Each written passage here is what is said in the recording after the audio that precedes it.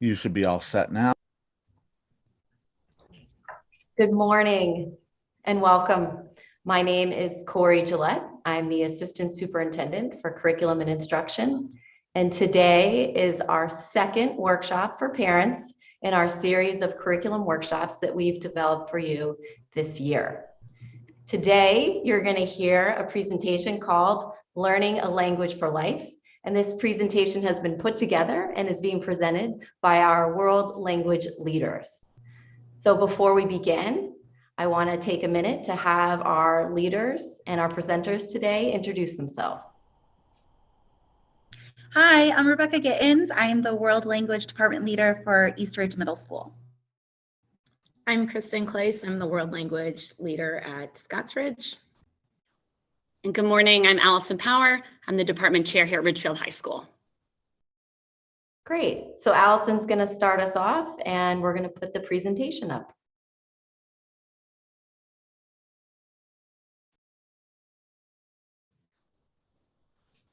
All right, so welcome everybody, and thank you so much for joining us. This morning, again, our presentation is called Learning a Language for Life. And if you tuned into our Board of Ed presentation a few weeks ago, we were able to give an overview of how the World Language Program is making a great shift towards a proficiency-based approach to teaching and assessing our students. This morning, we're really looking forward to sharing more with you about this approach and how it really engages and benefits our students. We're going to walk you through the changes that we're making and why. We're going to cover what proficiency-based teaching and assessment looks like. And then from activities to assessment, we're going to give you a look at the day in the life of a Ridgefield Public Schools World Language student so that you can see how this comes to life in the classroom. Next slide, please. While we're leading this shift, we absolutely need to recognize the efforts of all of our 6 through 12 Ridgefield Public Schools World Language teachers. Next slide, please. We've really made a concerted effort over the past 2 years to increase our communication and our collaboration from Eastridge to Scottsridge to the high school. So we proudly represent each and every one of them today. Next slide, please. So last year, as we really pushed ourselves to communicate and to collaborate more, the first thing that we did was we worked on a united 6 through 12 vision. Next slide, please. As you can see here, the Ridgefield Public Schools World Language Department believes that the ability to speak more than one language is necessary to become a successful participant in 21st century society. We foster curiosity and respect for other cultures through a purposeful progression of authentic proficiency-based activities and experiences. This empowers students to take risks using the target language with our ultimate goal of preparing them to participate, collaborate, and problem solve as global citizens. Some of the words that may be jumping out to you directly relate to the vision of the RHS graduate: curiosity, risk-taking, collaboration. These things are all rooted in our world language standards, best practice for teaching world language, and what we know to be true about 21st century students. So in order to bring this vision to life, we've had to, and we're going to have to continue to re-examine the architecture of our program and our individual teacher practice to shift away from a more traditional textbook approach. Next slide, please. So here's why. Some of you maybe have taken a language in the past growing up in school. Maybe you can remember a few words or you remember a lot of things, but you can't communicate. The reason why is most likely because you were taught with a textbook series approach. Traditional textbook series approaches are not student-centered and have not been written to develop language proficiency. They're performance-centered with a grammatical focus. Students maybe studied grammar or vocab. They found out what they didn't know based on some sort of a chapter exam, and then they moved on. The units outline key ideas for students to know about language, but not apply. Often textbook pictures and culture became outdated really quickly. So not only was it not communicative, but it wasn't realistic. And it really emphasized memorization over application. Students probably felt, you or I probably felt, that we were predisposed to language learning. We were either good at it or not good at it, and we didn't really have the opportunity to approach it as a growth opportunity with long-term goals. Next slide, please. So this brings us to proficiency. As we mentioned before, it's rooted in our world language standards. You can see that beautiful graphic on the right. Our world language standards are rooted in the 5 C's. They lead with themes. They lead with culture. Students still have to memorize the vocabulary and learn the grammar rules, but they're presented in context through a movie or through a reading, through something cultural. And students have to apply those in spontaneous situations.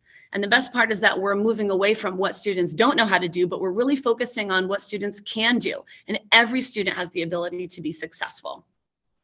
Instead of learning about language or waiting until they've perfected something, students are taught right from the very beginning to communicate a message. And as I mentioned with those authentic materials, instead of outdated textbook materials, we're able to bring the language and culture to life, which is much more realistic, much more exciting, and much more engaging. And investment. In a proficiency-based program, students are encouraged to develop a growth mindset around language. They're included in the goals of the unit, and they're asked about their progress on the journey. I think this mind shift can be most clearly illustrated as a progression, such as swimming or biking or driving. Next slide, please. Oh, my lights went out. So you need to learn the manual, know the rules, practice the activity before you feel comfortable and confident and capable in your abilities. Proficiency provides us that roadmap. It's a path, it's a clear journey for both students and teachers. Next slide, please. So for teachers, here's kind of the process that we're really putting ourselves through right now. We're really learning about proficiency. We're trying to understand proficiency-based teaching. We're thinking with the end in mind, backwards design. What do we want students to be able to do, not just know about, but be able to do? We're bringing language to students in a way that's comprehensible to them, showing them advertisements, newsletters, commercials. We're bringing language to life.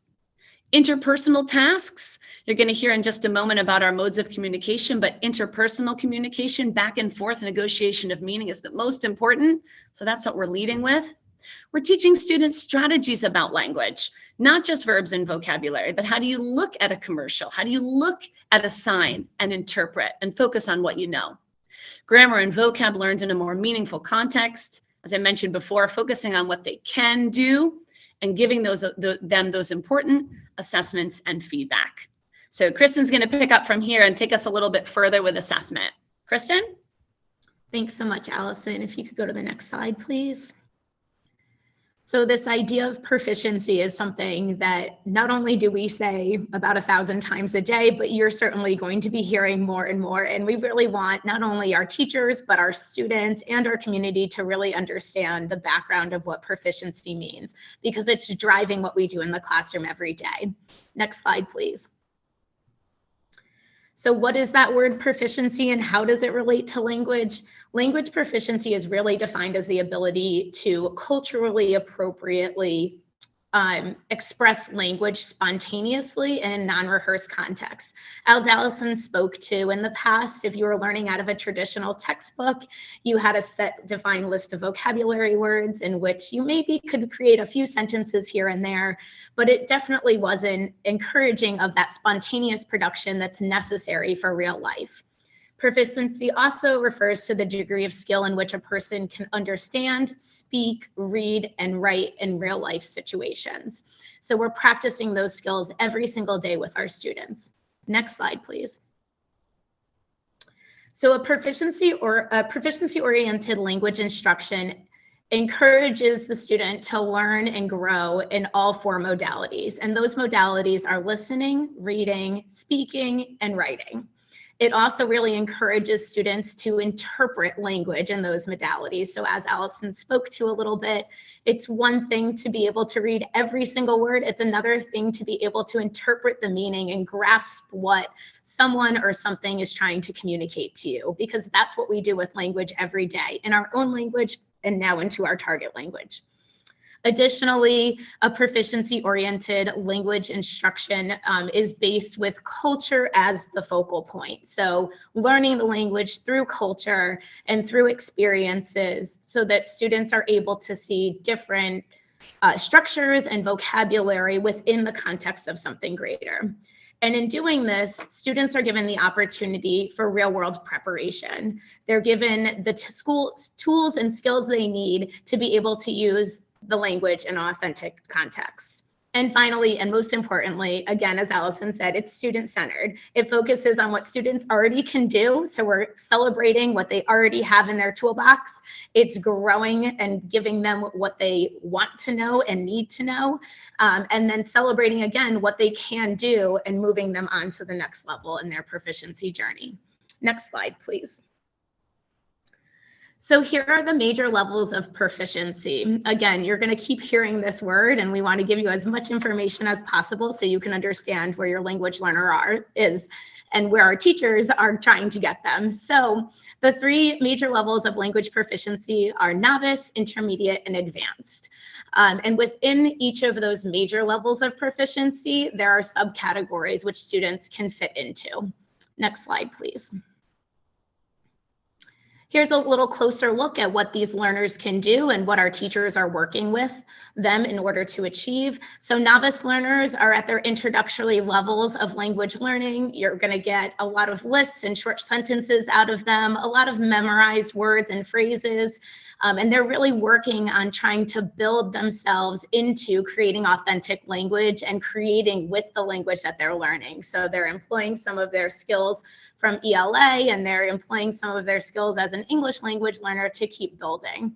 Intermediate learners are students that can describe, they can discuss and go back and forth with another person and ask and answer questions. These questions are also made by themselves, so they're creating. There's a lot more creation in that intermediate learner. And most language learners spend a lot of time in that intermediate space because there's a lot to learn as an intermediate learner, and there's a lot to begin to create with. And then finally, advanced learners. There are students that have built upon their skills as a novice and intermediate to be able to explain different scenarios, to tell a story. So now they're negotiating meaning in different tenses, whether it be the past, present, or the future. They're comparing a lot more, and they're using problem solving as a mode of communication as well. Next slide, please. So one of the things that we've been working with both our teachers and students on is building their understanding of what their proficiency level is. And we're going to talk a little bit more about feedback later on in our presentation, but it's important to understand that it's a process to understanding yourself and your own abilities in a language. And our teachers are working on identifying those abilities in our students as well. And it's a beautiful building block upon each other that students get to go through in our program, where they understand where they are, they can see where they're headed, and they have the steps and the tools needed to get to the next level. Next slide, please. So that being said, a proficiency-based world language classroom looks a little bit different because it needs to look different. Communication and creation with the language is an everyday occurrence, and our teachers and students are using the target language 90% or more in the classroom every day. There's a variety of listening, speaking, reading, and writing activities that center around culture and embed that grammar and high-frequency vocab to encourage students to learn it in context. It's positive. We're looking at what students can do. It's no longer this focus on, you know, what did I not get on the last thing? It's, I have these skills and now I can build on it. And that's really empowering for everyone. It's empowering for teachers to be able to recognize what their students can do and build on that. And it's an empowering experience for students as well. And that proficiency assessment is ongoing. And again, we'll talk about that a little bit more later, but students are constantly and teachers are constantly going back to those proficiency indicators, those proficiency levels, and understanding where they are throughout the course of a unit. Constantly circling around to say, I understood this concept, or I can speak in this way about this particular topic, and I'm growing in my own proficiency journey. So our core practices for language learning, which are the best practices that we have, are to facilitate target language comprehensibility. Allison spoke a little bit about that comprehensible input. So giving students the target language that's understandable and comprehensible to them during class time. That's comprehensible input that they're receiving so that they can output on their own to demonstrate their proficiency. We're guiding students through using authentic resources, designing those interpersonal tasks, because again, why do we learn a language? To be able to communicate with other people and negotiate meaning. With that backwards design model, we'll talk a little bit more about assessment later, but students have already in mind where their goal is, and therefore they're practicing consistently to reach that goal. Our grammar is in context, and we're providing a lot of oral feedback for students. So Rebecca is now going to lead us into a little bit more about what this Proficiency World Language classroom looks like on a daily basis for our students. Rebecca? A little bit of a day in the life. So thank you, Kristen, thank you, Allison, and thank you to all the community members who are watching today. Now that you have some background, I'm going to show you what a proficiency-based approach looks like in the classroom. Next slide, please. Oh, I was supposed to say next slide already. So next slide. Thank you. Okay, so this is an example of the work that our teachers have come together to do. You will notice that it is not language specific. So all students, regardless of the language studied, will get a common experience. Because we are no longer following a textbook as a curriculum, we're now using essential questions and topics that are rooted in culture. We have more flexibility of materials and more flexibility in the classroom to engage learners and to stay current with what's going on. I'm going to show you some examples of a typical lesson in Spanish. So the examples are in Spanish, but the activities are going to be the same type of thing you would see in all languages, regardless whether it's Chinese or French or Italian or any of the other languages offered. Next slide. Okay, so this is a typical warm-up. You'll notice that it is a communicative activity, so we get students right into the target language right away, and also it's relevant. So you'll notice there are some translations here so you understand what the activity is. Students walk around, they have this paper, and they need to ask in the target language what the other students are going to do this weekend, and they need to talk to at least 9 different students. So this is something that they would normally do on a Friday in English, but now they're just doing it in either Spanish or French or Italian or whatever language is being studied. And so this is an activity that builds intrinsic motivation. It's something that the students find interesting, they'll want to do, and they also get the opportunity for immediate feedback from their peers and from their teacher. So as the students are doing this, the teacher is helping students move through their conversations. The students are getting feedback. So it's not just about completing the activity. It's not, okay, here, I did it. It's about learning as they're doing it. Next slide, please. Okay, so in this lesson, students are learning about colors, shapes, and expressing likes, but through the cultural lens of Pablo Picasso and his art. So students aren't just memorizing the vocabulary list and colors and shapes, they're able to create and apply what they've learned. So I don't know about you, but I would definitely, when I was a student, rather have learned this way. Instead of just memorizing my vocabulary list and then just writing them out in a quiz and moving on. So it might look like a small little snippet of a lesson, but there's actually a lot going on here. So students are reading a little paragraph about Pablo Picasso.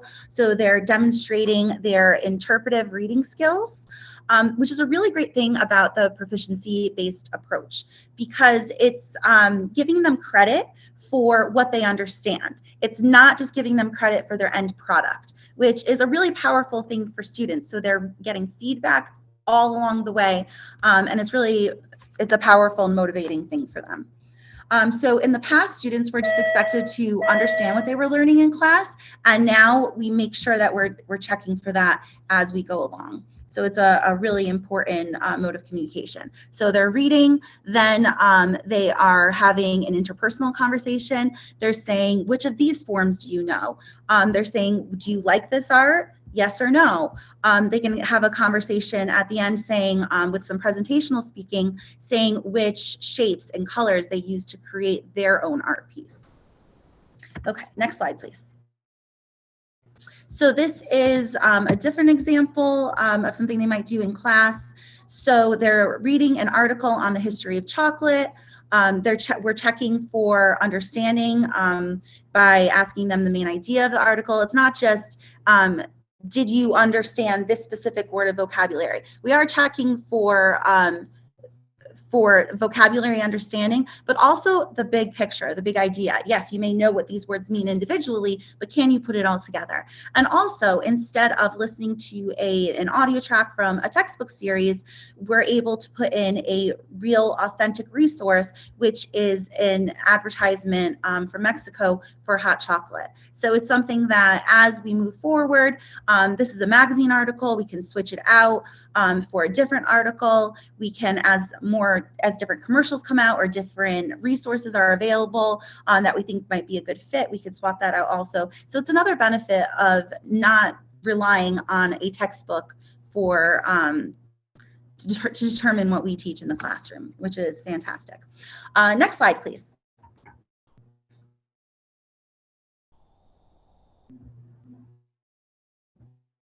Sorry, next slide. Oh, thanks. Yeah. Okay, great. So here are some of the experiences that students have had over the past few years. So hands-on experiences that are appropriate for the developmental levels and opportunities for students to experience culture in Ridgefield before they go off into the big world. And I mean, just looking at all these smiling faces, these are the things that I remember from when I was learning Spanish in school, and these are the things that create lifelong learners. So thank you. Next slide. All right, so all of the activities that I just showed you can be assessed, and we're able to give student feedback. So for many of the different things that we do in class, we give them feedback. Students are able to reflect on what they did well and how they can improve in the future. So this is, again, what Allison and Kristen were talking about with a roadmap to proficiency. And it's so powerful to include students in the conversation and have them engage in their own process of becoming proficient in the language and growing their proficiency. Next slide, please. So I'm going to talk a little bit about assessment because as Rebecca was just saying, and she showed some great examples of what's going on with our learners in the classroom every day, this ability to teach language through a cultural context and through interpretive tasks really does give the student and the teacher a lot of opportunities for assessment. The students gain a better understanding of where they are with the language, and the teacher has more of an understanding of where the student is. It's not these little dipstick quizzes along the way that tell us if they can list out vocab. We're really understanding, can a student put together sentences and create meaning and be able to describe what's going on in their own words, which is a really empowering experience for them, as Rebecca was saying. So assessment shifts. When we think about all of this shift in instruction, we have to shift the way that we assess students. And it's a really exciting shift. I think this is what I'm looking forward to the most out of all of the changes, because I think it's so important to give students positive feedback and continual feedback. So with that being said, we need to change the way that we assess what students can do, that output piece. You're going to hear that a lot too, is output, student output. What can they actually do? So again, assessment in a proficiency-based curriculum emphasizes the use of language rather than the knowledge of it. It's not, can I, write a word into a blank to complete the sentence or conjugate the verb correctly? It's, can I describe what I just saw? Can I negotiate meaning with somebody else, asking them questions? Maybe we're talking about a place that we visited or a place that we want to go. Can I ask and answer questions about that place? Because in reality, that's what I do in my own language. Therefore, I should be learning how to do it in my target language as well.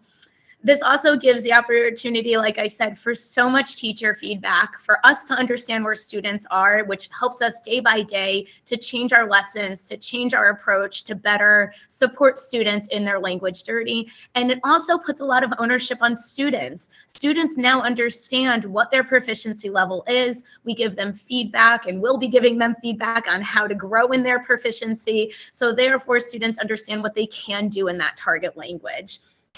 That being said, it's a really empowering experience for the student to understand that year by year they should be continuing on with the next level, because they understand they've reached their target proficiency level. What we do in class every single day is practicing to get them to that final proficiency level for their year, but also for the end of that unit and that final task.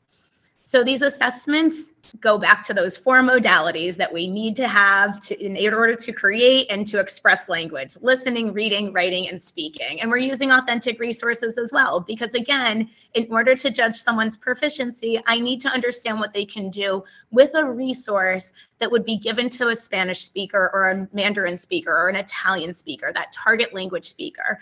So our students aren't getting something that's leveled necessarily for them.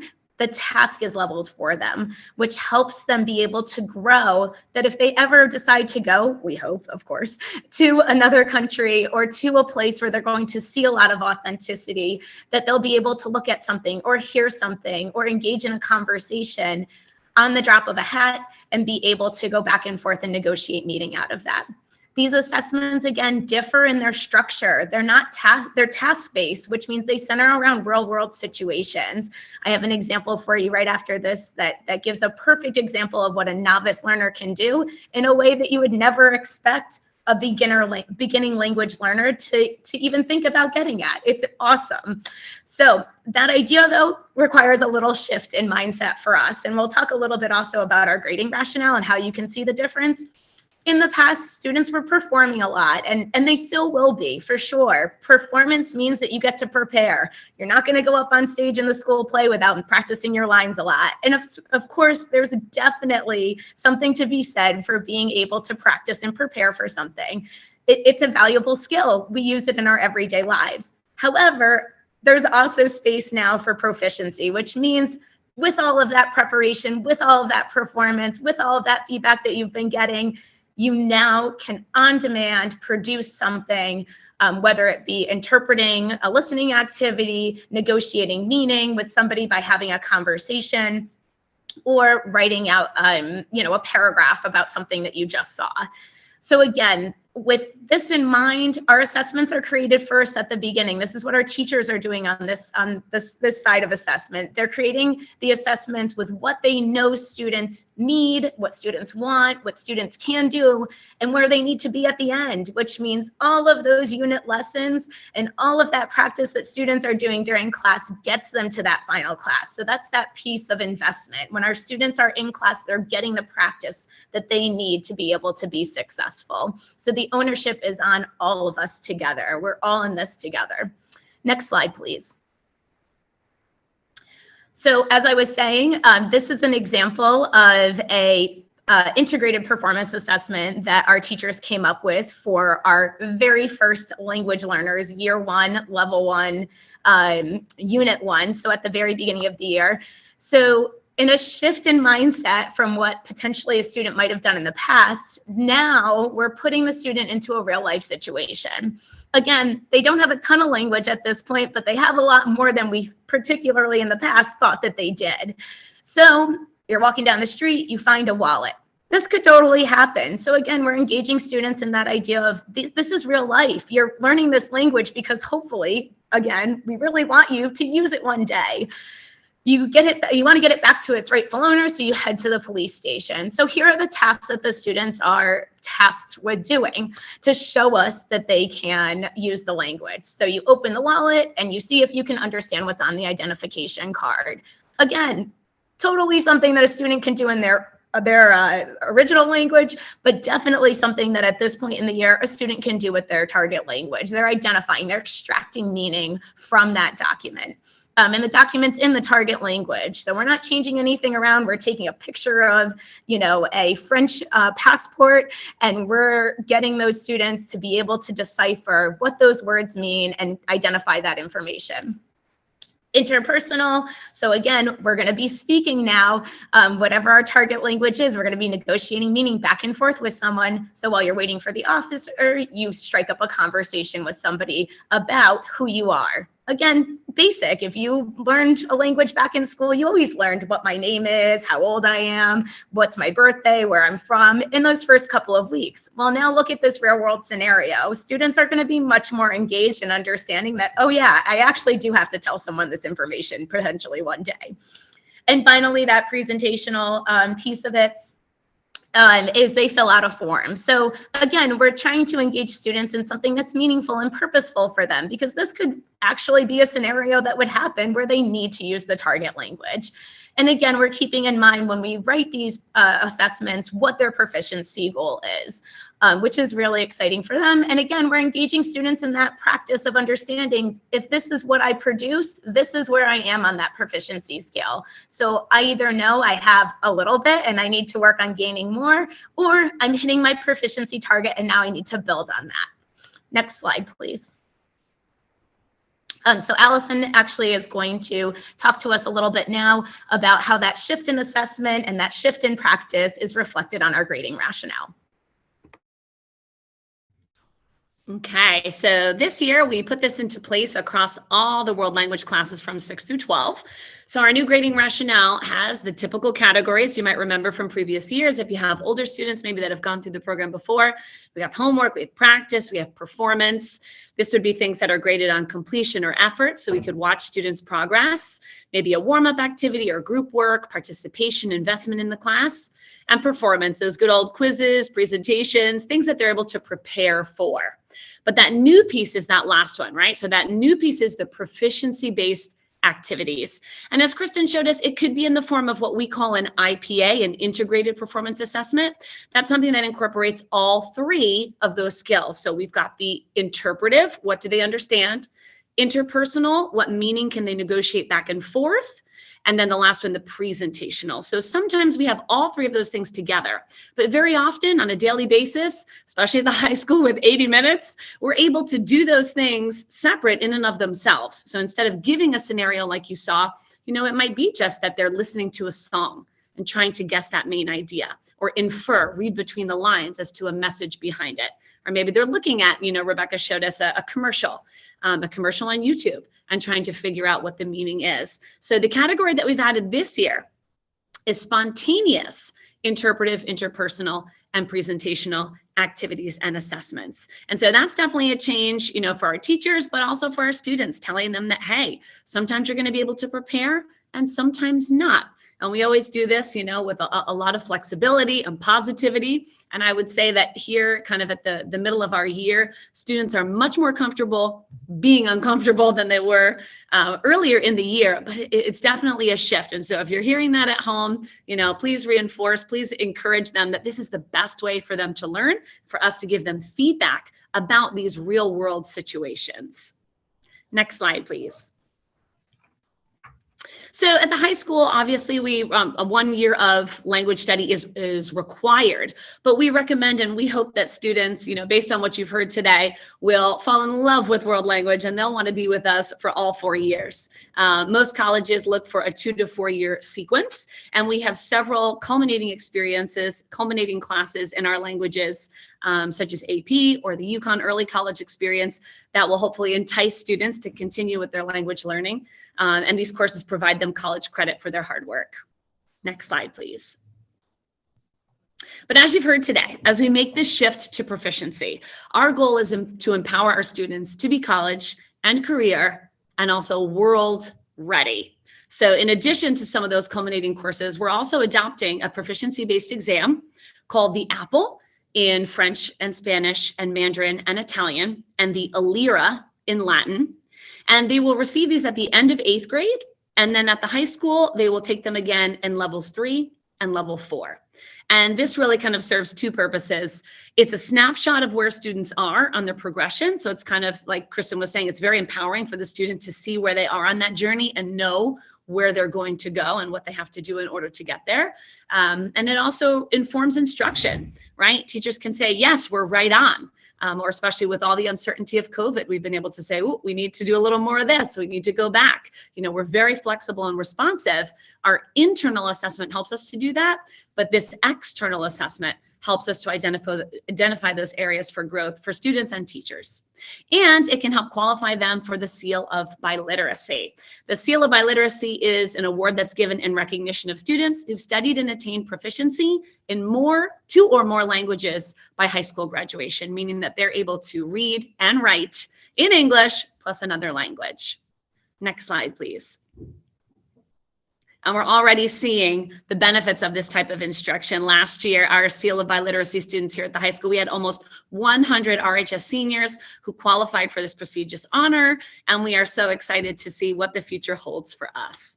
So we know that we have a long way to go. We know that we are just starting out on this journey. We're very grateful to our district and to our administrators for entrusting us to make these changes and providing us with the professional development opportunities so that we can lead these changes. And we're so appreciative of all of you at home, all of your families that give us your support in doing this work.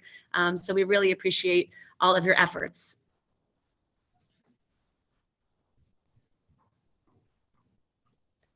Thank you. Thank you so much, team. There we are. So the purpose of this presentation today was to give parents some insight into what a day in the life, I think Rebecca, you said that so well, what a day in the life is like for our students in grades 6 through 12 who are learning a new language. And I cannot thank this group enough for all of the work and the leadership that they have put into not just this presentation, but the work that they do every day. And I want to reiterate what Allison mentioned at the beginning of the presentation, that they have spent time since last spring collaboratively working together as a 612 department. This is one of our district curriculum department goals. And together they are making this progress of redesigning how they are teaching languages so that a language can be learned for life. And they have collaborated with an expert in their field who supported the team. And I know that you saw at the beginning of the presentation when Allison shared the photograph of the department, the entire 612 department, how collaborative and aligned this team is. So a special thank you for that. If you are watching us live or if you're watching us recorded, you will notice on the YouTube channel underneath the video screen, there's a link. That link goes to a form that we sent out that is capturing questions. We already had some questions prior to the presentation. If you're watching right now, you can put questions into it now and we can answer them during the questions portion. And also, if you're watching this recorded after, within the next few days, we will continue to capture some questions, and this team here will email you back any responses that we receive. So we do have one question already, so I'm going to start with that one. So the first question is about the presence of world language at the elementary level. If you watched our Board of Ed presentation, which this department did in December, you will know that that was also another question that was asked. We have an innovation committee this year, and I don't want to act like this is the first time that we have thought about the possibility of adding world language K-5. We very much believe in it. It is something that we are working towards.